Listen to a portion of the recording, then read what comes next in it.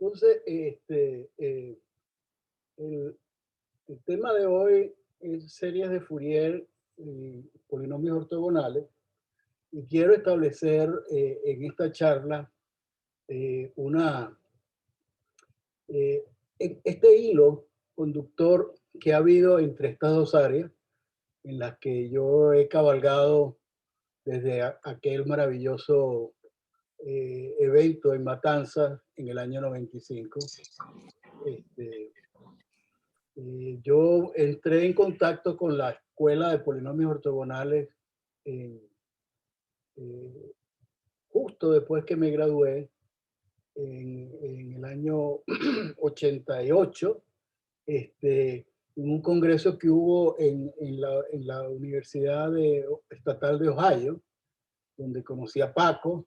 No conocí a Guillermo porque no le dieron visa, porque era muy ñángara en ese tiempo todavía.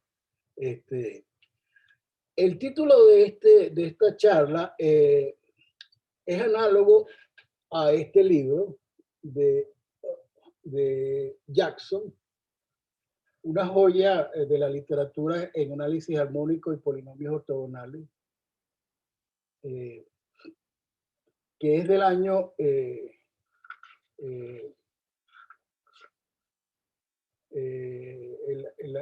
la edición original. Esto es un reprint del año 2004 por Dover, pero la edición original es del año 41 y esa fecha es muy importante. Esto es una joya, como decía, y muchos de los expertos en análisis, en teoría de polinomios ortogonales así lo consiguen. Sin embargo, este libro fue escrito justo antes del desarrollo que vamos a hablar acá, en la dirección de los polinomios ortogonales. Por casualidad, la primera vez que yo traté de comprar este libro hace mucho tiempo y estaba fuera de imprenta, y una vez visitando al profesor Phelps allá en Minneapolis, en el año 92, en un libro, entré por casualidad a una librería de libros antiguos y lo conseguí en Minnesota, a la orilla de la Universidad de Minnesota. Y para mi sorpresa, Jackson hizo su carrera académica en la Universidad de Minnesota, o sea que algún vínculo astral tenemos. Bueno, entonces, la otra cosa que quiero disculparme antes de que eh, eh, Héctor se enoje conmigo, es que voy a hablar solamente de dos partes. Voy a hablar la parte clásica de la serie de Fourier y la parte de los polinomios ortogonales clásicos. Yo había pensado agregar una parte el problema sobre eh, polinomios de Sobolev, pero creo que era demasiado largo y bueno, no lo incluí y así tengo excusa para que me vuelvan a invitar al seminario. Bueno, muy bien. Entonces,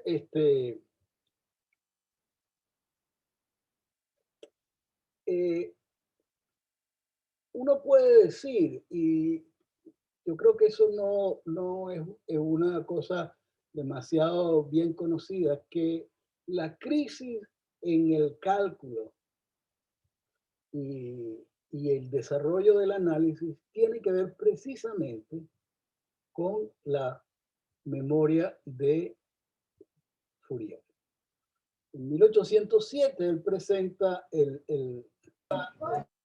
su, su, su memoria y eso crea una crisis de fundamento, cosa que es muy raro que ocurra en las matemáticas. Pero, perdón, por favor, apaguen el micrófono, tengan un poquito de consideración con la charla. Se le agradece. Como decía, hasta el mismo signo de igualdad se puso en entredicho, los sentidos de convergencia, la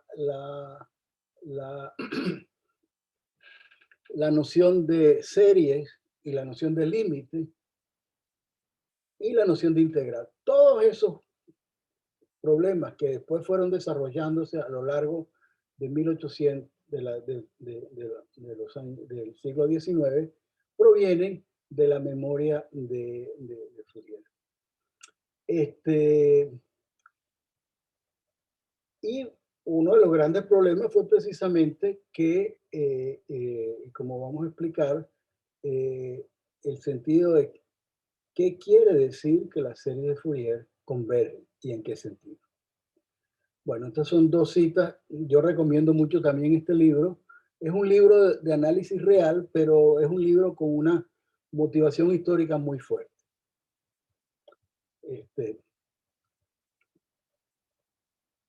Ok, entonces, como decía, el problema de la convergencia de serie de Fourier es quizá uno de los más importantes problemas, no solamente en análisis, sino de toda la matemática. Fourier, en su memoria al Instituto de Francia en 1807, lo introduce. Poisson en 1808 escribe un reporte negativo y es rechazado. Y detrás de esa opinión está nada más y nada menos que la opinión de Lagrange, que considera que hay algo mal allí, que no, la serie de Fourier no deben converger por esa naturaleza ondulatoria. Sin embargo, en 1800, como el problema del calor era un problema, recuerden, la revolución industrial, la máquina de vapor, era un problema muy importante de modelar. En 1811, el Instituto de Francia anuncia una competencia sobre la difusión del calor. Fourier vuelve a reescribe y trata de explicar mejor su modelo y gana el premio, a pesar de la oposición de Lagrange. Gana el premio, pero el instituto no publica la publicación por la oposición. Debe encender el micrófono, el charlista, que no se oye. Sí se oye, tiene que Sí se revisarlo oye, tú. se está escuchando. Se oye, se oye.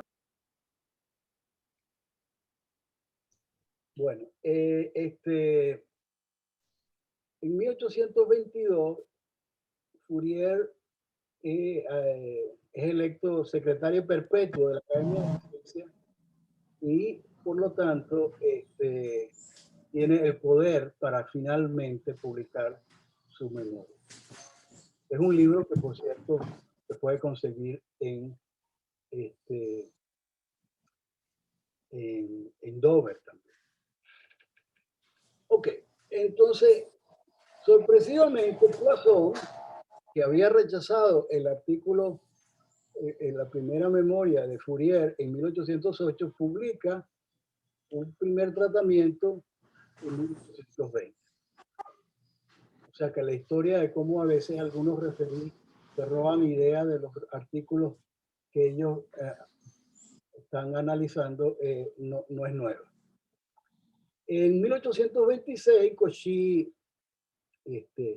trata el problema y da una supuesta solución que no está bien, tiene serios problemas su tratamiento.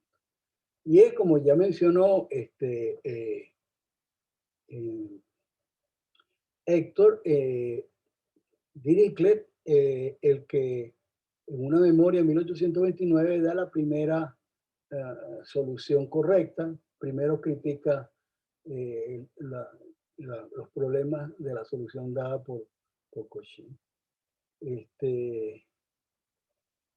digamos, hoy en día, cuando cualquiera da un curso de análisis de ecuaciones diferenciales parciales, una introducción, el criterio para convergencia de Fourier, que usualmente es una función continua a trozo con derivada continua a trozo, es un desarrollo de las ideas iniciales de Dirichlet. 1850 es otro hito. Riemann, protegido de Dirichlet y estudiante de Gauss, hace importantes avances como es la formulación de su integral.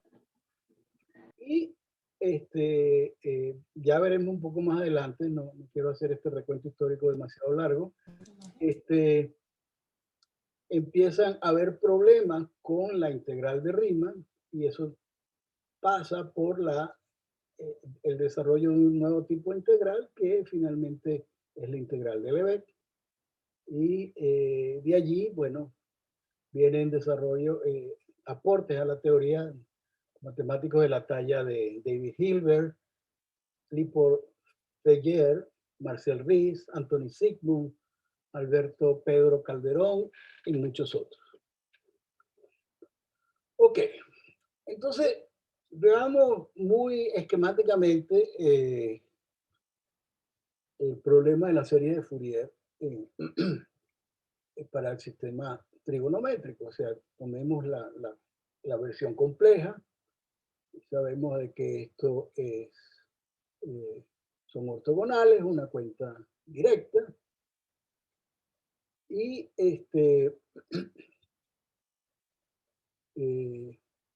se pueden ortonormalizar, normalizar, y tomar entonces y en este caso, a diferencia de los otros que vamos a ver, estamos trabajando en un espacio complejo. Por lo tanto, el producto interior viene dado con el conjugado. Y bueno, sabemos que a la F se le puede asociar una serie de Fourier. Ok. Entonces, claro, el gran problema desde el comienzo de la introducción de la serie de Fourier era para qué funciones esta serie tiene sentido. Y Fourier muy olímpicamente inicialmente dijo para cualquier función. Y los últimos 150 años, podríamos decir, es el desarrollo de esa idea. Bueno, esto es una cuenta muy sencilla. Uno que define, bueno, define las series, las sumas parciales de la serie. ¿Qué hace? Bueno, sustituye el coeficiente de Fourier y como esto es una suma parcial, como una suma finita, cambia el orden entre la integral y la suma, obtiene este núcleo y eso es lo que hoy en día conocemos como el núcleo de Dirichlet. Es claro por esta forma como uno tiene que el núcleo de Dirichlet no es positivo, oscila, está localizado, pero oscila mucho y tiene esta parte negativa que es muy mala en términos como vamos a mencionar posteriormente. Un nuevo problema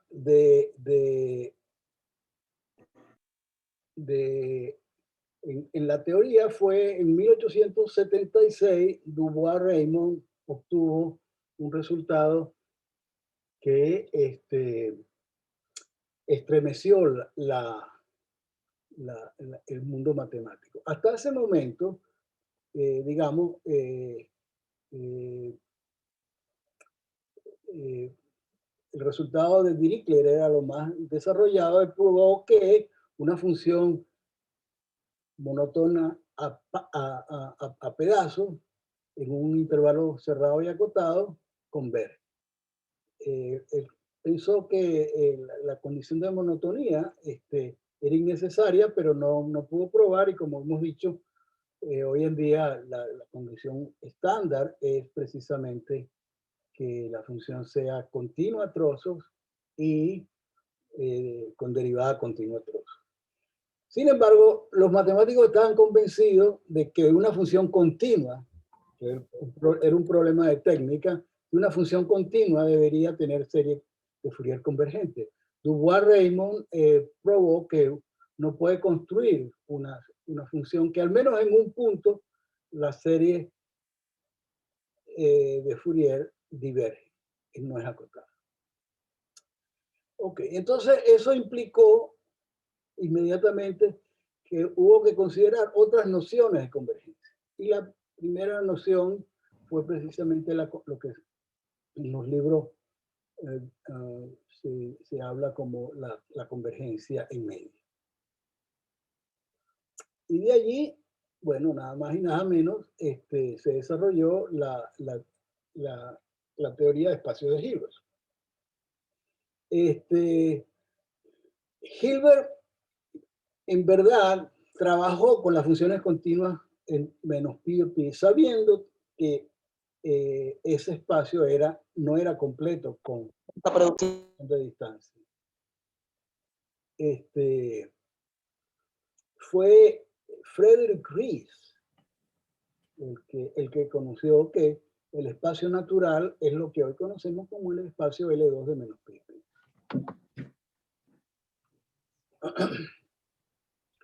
Donde son las funciones de cuadrado integrables, inicialmente Riemann, y bueno, y con este producto interior. Claro, este espacio hubo que cambiar la noción de integral para que este espacio fuera un espacio de Hilbert realmente. Entonces, y bueno, eso se logró precisamente con el desarrollo de la integral de Lebesgue en 1920. Bueno, en este caso, la solución positiva de la convergencia de la serie de Fourier es inmediata, porque si ustedes recuerdan, los elementos más básicos que uno estudia cuando estudia la serie de Fourier es precisamente que todo sistema ortogonal, y el sistema trigonométrico, ya hemos dicho, un sistema ortogonal, verifica la desigualdad de Bessel para cualquier n, y por lo tanto la serie está acotada. Además, este sistema se puede probar que es completo, y hay varias pruebas de ese hecho. Es decir, que si tomo una función que es ortogonal a todos los elementos del sistema, la función tiene que ser cero. Y eso, como también se estudia en el caso de la teoría básica de series de Hilbert, de espacio de Hilbert, es equivalente a que se satisface la igualdad, se satisface la identidad de Passarello. Eso implica de manera inmediata la convergencia de la serie de Fourier en el E2. Y quise dar este bosquejo muy breve. Claro, acá no ni está claro la prueba de la completitud o la equivalencia entre la completitud y la identidad de Passarello, o cómo eso implica la convergencia en L2. Pero si ustedes buscan cualquier libro, cualquier introducción a los espacios de Hilbert, esos pasos son explícitos. Muy bien. Ok, entonces cuando evidentemente una pregunta natural es, bueno, ¿qué pasa si en vez de 2 acá pongo P para P mayor que 1? Entonces la extensión del problema a la convergencia en sumas parciales, a la convergencia del LP de sumas parciales para P distinto de 2, fue un problema mucho más difícil porque precisamente estamos abandonando los espacios de Hilbert y tenemos que adentrarnos de manera inexorable en los espacios de Banach, donde no tenemos nociones geométricas tan redondas y tan perfectas como el caso de los espacios de Hilbert. Para este problema se hacen necesarias una serie de herramientas que son hoy en día moneda corriente en la teoría de análisis armónico, como las funciones maximales y las integrales singulares. Precisamente como mencionaba Pijeira, el teorema de Banach-Steinhaus de acotación uniforme me dice que esta convergencia es equivalente a probar que las sumas parciales como operador están acotados en LP. Ahora bien, fíjense que en el caso de L2, la forma explícita de las sumas parciales, en particular del núcleo de Dirichlet, no se utiliza de una manera fundamental. Acá sí.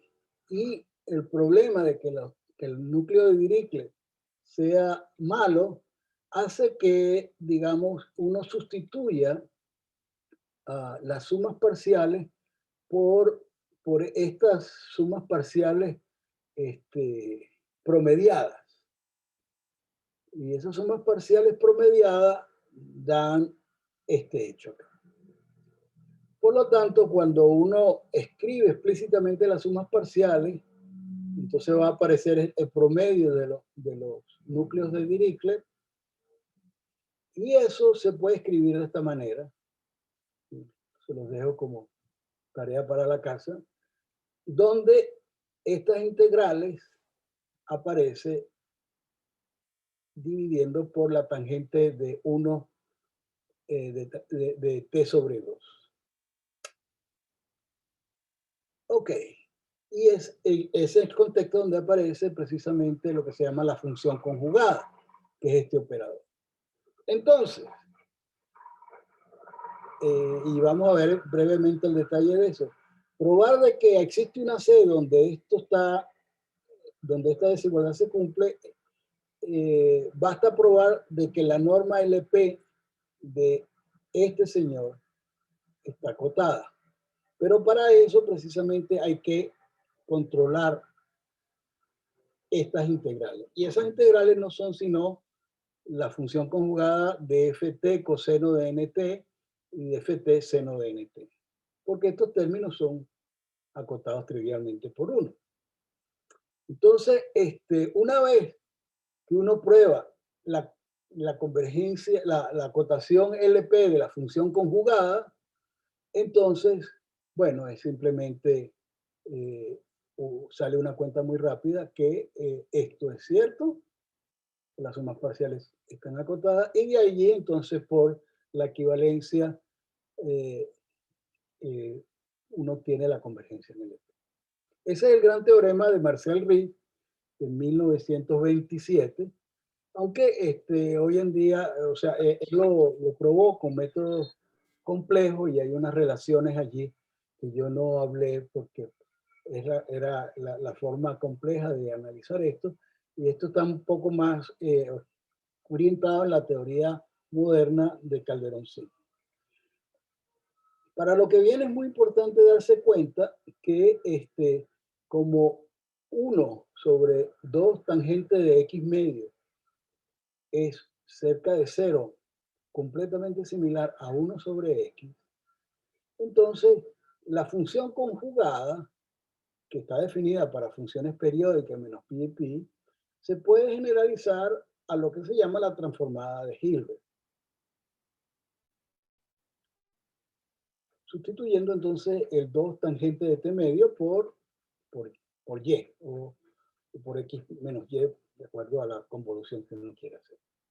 Y de ahí, esto es en una dimensión, esto a veces también se llama, la transformada de Hilbert se llama la función conjugada no periódica, haciéndole honor a esta que fue la primera función conjugada, la integral singular que se conoció.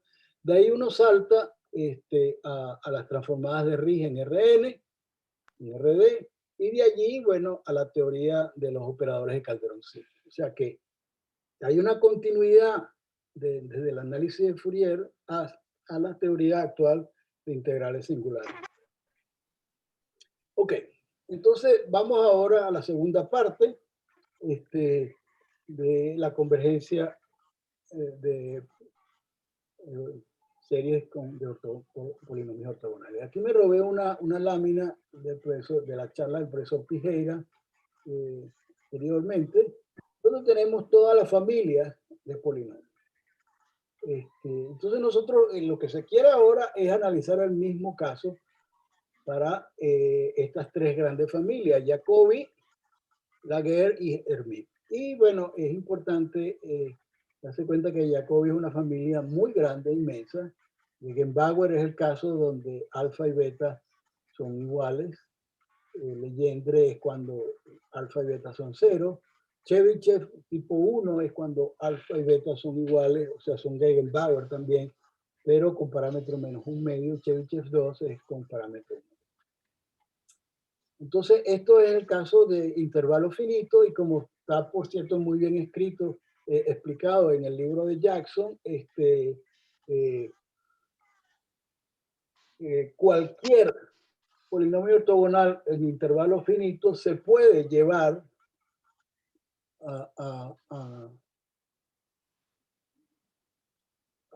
al intervalo -1, 1, y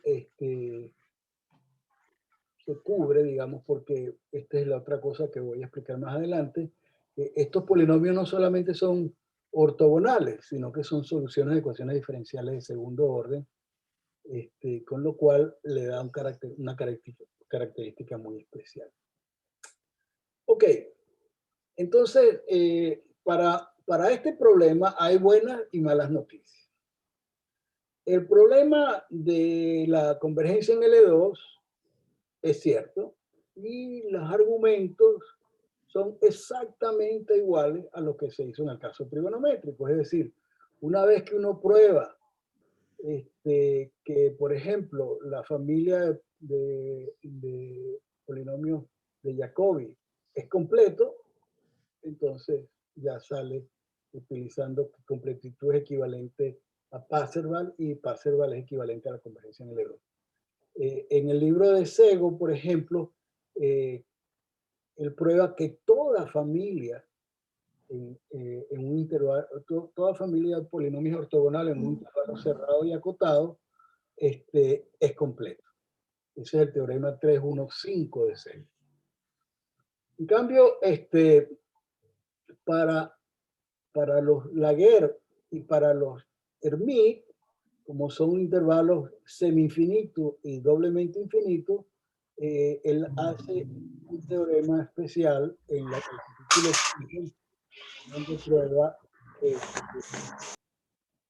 donde prueba la completitud. Pollard menciona, y esto creo que le gustará a Guillermo y a Héctor, eso también se puede obtener por el problema de momento, de que el problema de momento está determinado. Ok. Bien, entonces,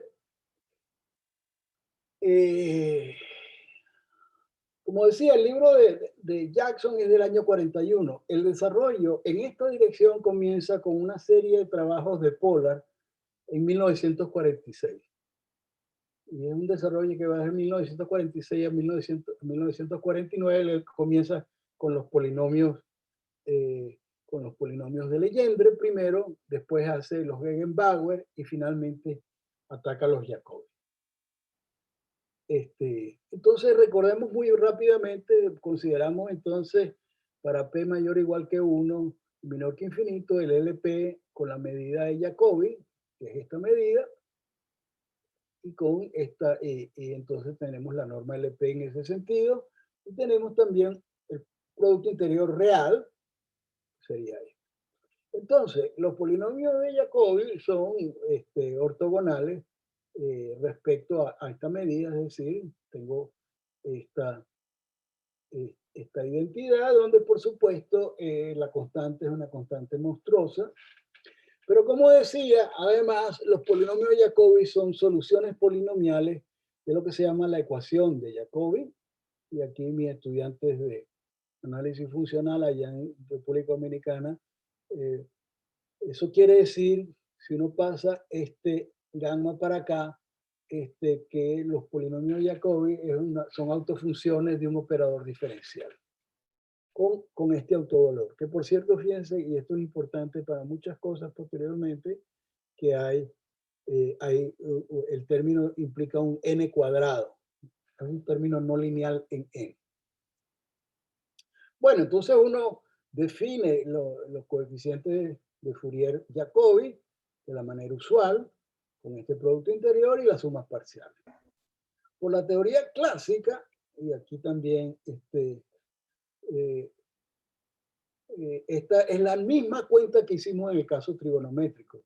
Yo tomo la suma parcial, claro, ahora la suma parcial es de 0 a n, sustituyo lo que es el coeficiente de Fourier-Jacobi acá, y como esto es una suma finita de volteo, me queda este núcleo, pero este núcleo es lo que se llama el núcleo de Dirichlet-Sego, y ese núcleo, gracias a la fórmula de Christopher Darboux, se puede escribir de esta manera. Y cuando uno ve eso, entonces esta es la representación integral de la suma parcial, y este X menos Y aquí te dice precisamente de que este es un núcleo singular. Un núcleo ligado precisamente a la transformada de Hilbert que mencionamos anteriormente. El resultado de Pollard es que si tomo 4 veces el máximo de alfa más 1 sobre 2 alfa más 3 y beta más 1, 2 beta más 3, y el mínimo de lo mismo, 4 veces el mínimo, no de lo mismo, el coeficiente es 2 alfa más 1, aquí era 2 alfa más 3, o sea, esto siempre es menor que esto. Entonces, la serie de Fourier-Jacobi va a converger, sí, solo sí, el P está entre esos dos valores. En este caso, y aquí hay lo que se llama un gap, recuerden cuando definimos los polinomios de Hermite, de Jacobi, alfa y beta son mayores que 1. Sin embargo, el resultado de Jacobi, de Pollard, para los polinomios de Jacobi, es precisamente para alfa y beta mayor que menos 1 medio. O sea, queda un gap entre menos 1 y menos 1 medio. ¿Cómo prueba él esto? Bueno, la prueba de él es una prueba realmente muy interesante.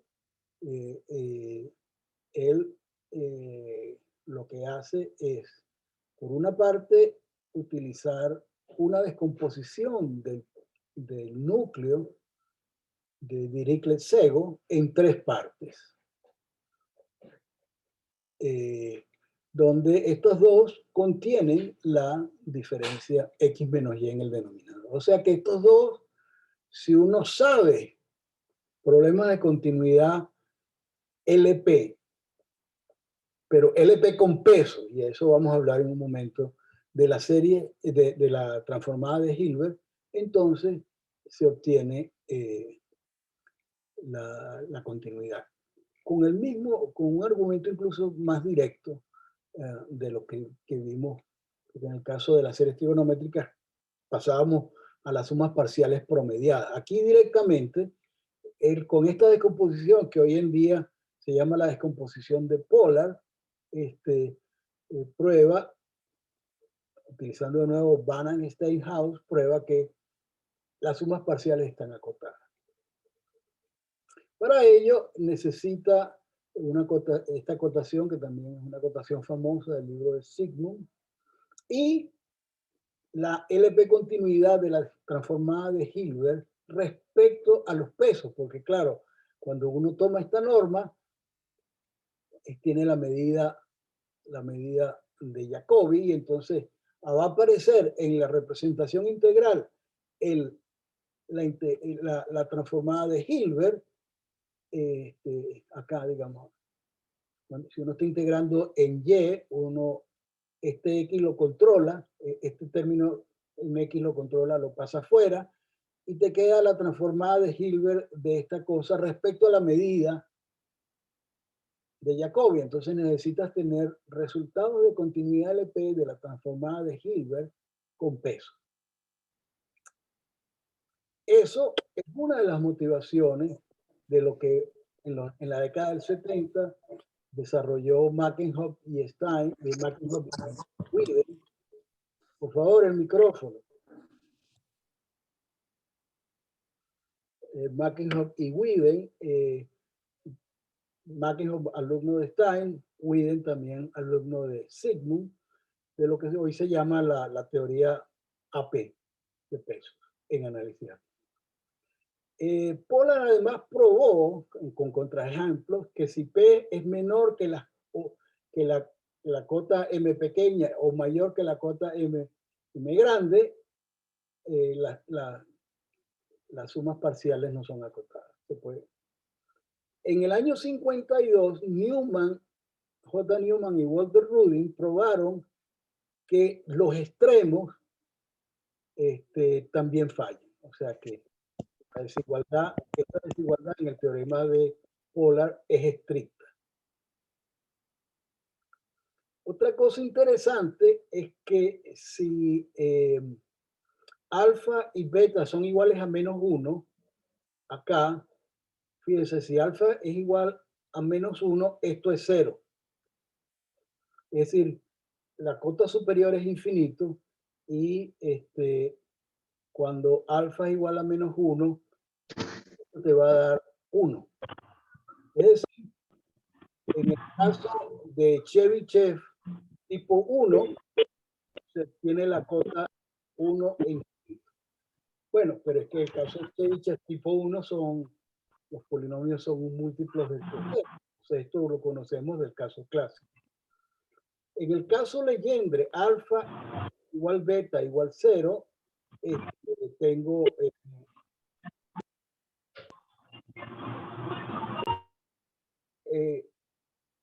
tengo que el rango va a dar 4/3, 4.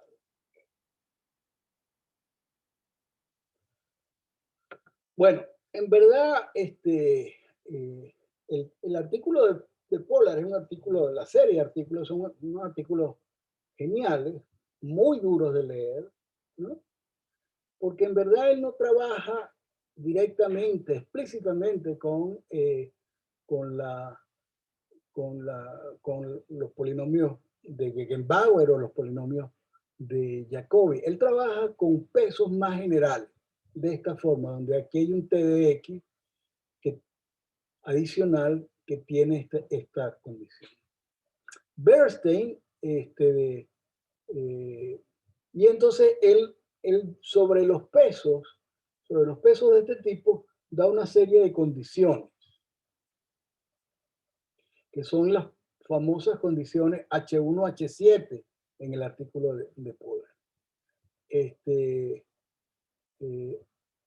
Y Bernstein caracteriza un grupo de medidas que satisfacen esas 7 condiciones y termina, para la última condición, el problema es caracterizar, estudiar la LP continuidad de operadores de este tipo, donde este es el núcleo que aparece.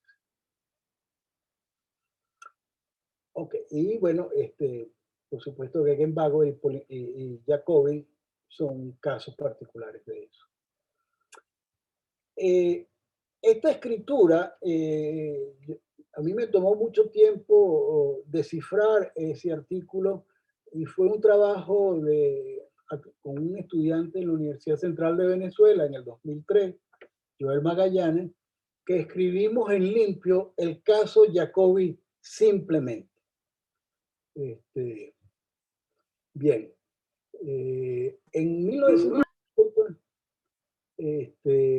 Wien extendió el caso de los resultados de Polar para expansiones de Bessel, para ver precisamente 4/3, 4, como el caso que mencionamos de Legendre. Y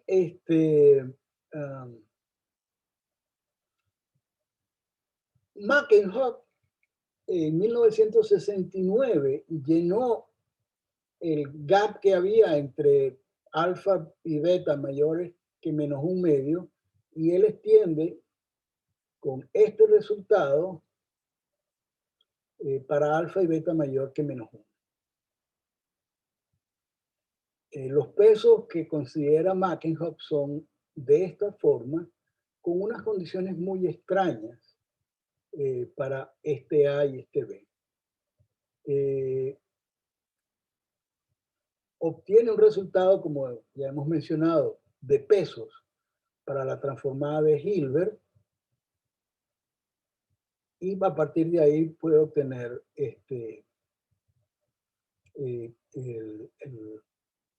su resultado general. En el caso que alfa y beta son mayores que -1, estas condiciones se remiten a las condiciones de Polar. O sea, la innovación aquí es que esta extensión es válida para alfa y beta mayores que -1. En 1991, Chicho Guadalupe, Pérez y Ruiz y Juan Luis Barona completaron el estudio de sumas parciales para pesos generalizados. Y eso también fue parte de la tesis de Juan Luis Barona. Y bueno, aquí esta parte se me quedó colgada un poco porque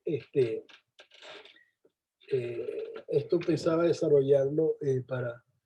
Hay lo que se llaman los pares coherentes para el caso de Jacobi. Esto se puede estudiar la convergencia LP para este tipo de pesos y polinomios ortogonales asociados en este caso, pero eso no lo voy a desarrollar porque ya además estoy... Bueno, en el artículo del 48 de Gegenbauer, además, en la introducción, Pollard ya se da cuenta de que en verdad el único resultado importante va a ser el caso Jacobi. ¿Por qué? Bueno, esta es la intuición. Si uno tiene este peso y sustituye X por X lambda a la menos un medio y toma lambda tendiendo a infinito, bueno, entonces este peso tiende a la menos X cuadrado por el límite notable.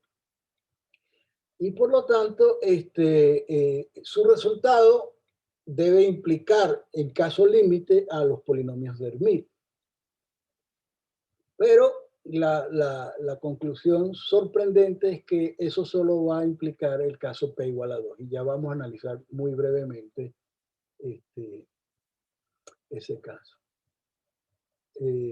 Bueno, entonces vamos a repasar el caso de LP con la medida gaussiana, y tomo la norma LP. Los polinomios de Hermite son ortogonales respecto a este producto y esta es exactamente la relación de ortogonalidad, la norma L2. Adicionalmente, uno tiene la ecuación de Hermite y estos señores van a ser autovectores con autovalor menos n. Si uno hace la misma cuenta de antes, toma la suma parcial, sustituye el coeficiente de Fourier-Hermite y voltea la integral, aparece lo que se llama el núcleo de Hermite-Dirichlet-Szego, que es que es singular. Entonces uno podría estar tentado a tratar de hacer un análisis similar al caso Jacobi. Sin embargo, como ya dije, en la introducción de ese famoso artículo de Pollard, él da una motivación, que ahora vamos a explicar con detalle, de que la suma parcial de los polinomios de Hermite solo converge en la norma LP a la función si P es igual a 2. Pero claro, P igual a 2 es el caso Hilbert. Ya dijimos que eso ya lo conocemos.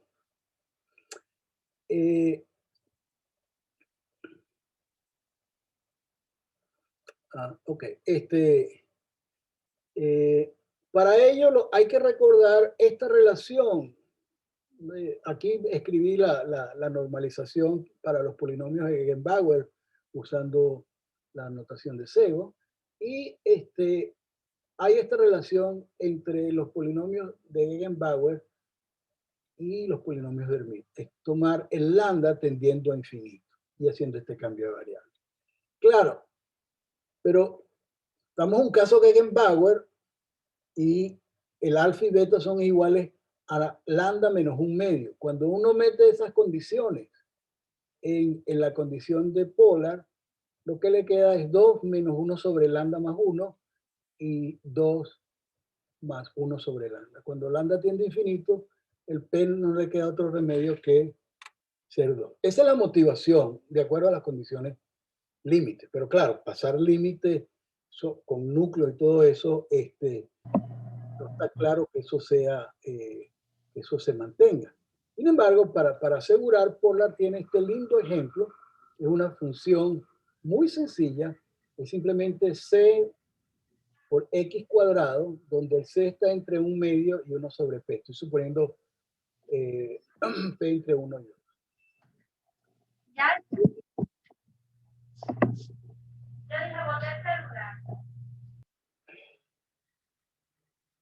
Estoy suponiendo que el P es entre 1 y 2. Esta función es muy fácil de ver. Está en el LP, precisamente por esta condición, porque esto no crece más rápido que el menos X cuadrado que está en el peso.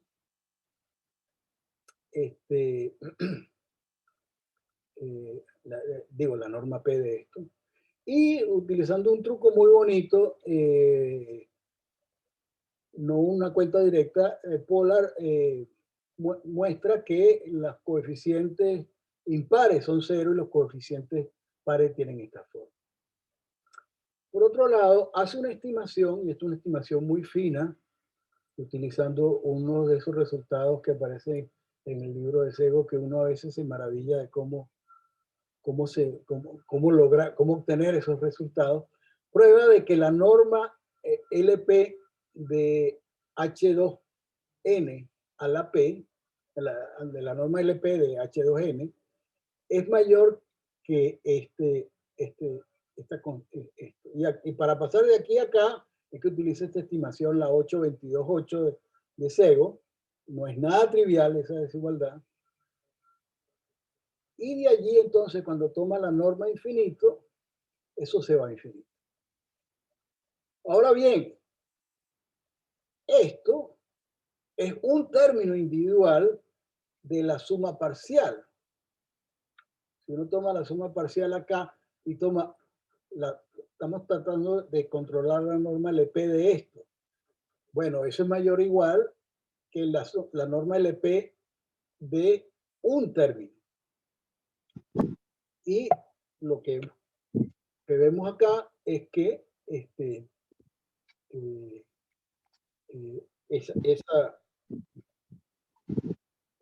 un término explota y por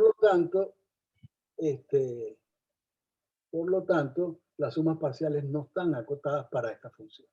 Con lo cual, entonces, se desbarata la esperanza de tener convergencia en LP. Lo que confirma la intuición con el juego de las sumas de los límites de la condición de Polar. Una cosa que es importante y que a mí me parece maravillosa es que uno puede probar que primero, esta cuenta usted la ve y esto es bastante más sencillo que el caso Jacobi, pero bueno, resulta que esto no funciona. La otra cosa es que se puede probar que los polinomios están acotados en cualquier LP gaussiano. Pero eso quiere decir que entonces en cualquier entorno LP de una función, tú puedes hallar un polinomio y tú puedes escribir ese polinomio en términos de polinomio de Hermite, porque los polinomios de Hermite son también una base algebraica. Lo que ocurre es que no necesariamente va a ser el elemento que va a estar cercano, no va a ser uno de los términos de las sumas parciales de la serie de Fourier correspondiente. En el caso Laguerre, y con esto creo que ya se me está viendo el tiempo, en el caso Laguerre, bueno, Laguerre son con la medida gamma, los polinomios tienen esta normalización, satisfacen también una ecuación diferencial de segundo orden, son los autovalores con autovalor menos n también, lo mismo que el caso Hermite, autovalor menos n, acá, para el operador diferencial de Laguerre. Y bueno, uno podría escribir de nuevo la forma integral de las sumas parciales, Pero claro, ya sabiendo que Hermite anda mal, todo huele a que esto va a ser mal también.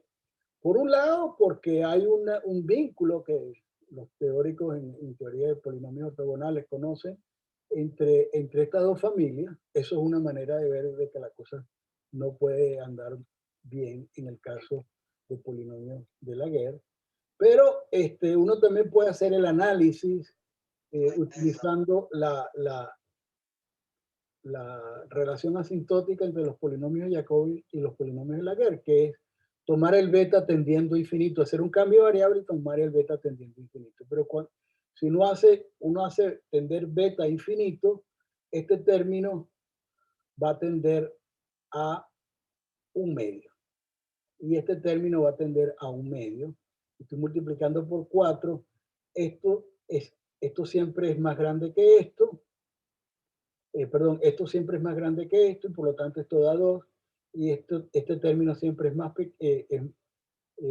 perdón, este término es más grande que esto y este término es más grande que este y por lo tanto esto también da 2. O sea que da la condición de Polar indica que si todo funciona como debería, el único caso para esto tiene que ser el caso P igual a 2, el caso hilbertiano. Y finalmente, Polar, sin detalles, en este caso, dice que el contraejemplo en este caso va a ser simplemente E a la CX, con C de nuevo entre un medio y 1 sobre P. Bueno, creo que fue sabio no incluir más porque ya estoy un poco pasado de la hora. Aquí hay una serie de referencias, precisamente las cosas que no mencioné, como por ejemplo el caso de los pares coherentes. Ciauri y Mínguez han trabajado en ello recientemente. Y bueno, aquí está el libro de Jackson, que les recomiendo ampliamente. El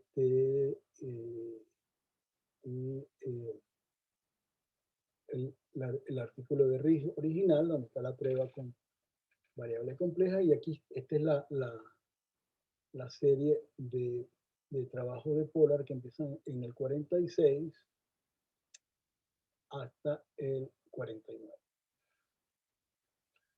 Bueno, y con eso creo que es suficiente por hoy.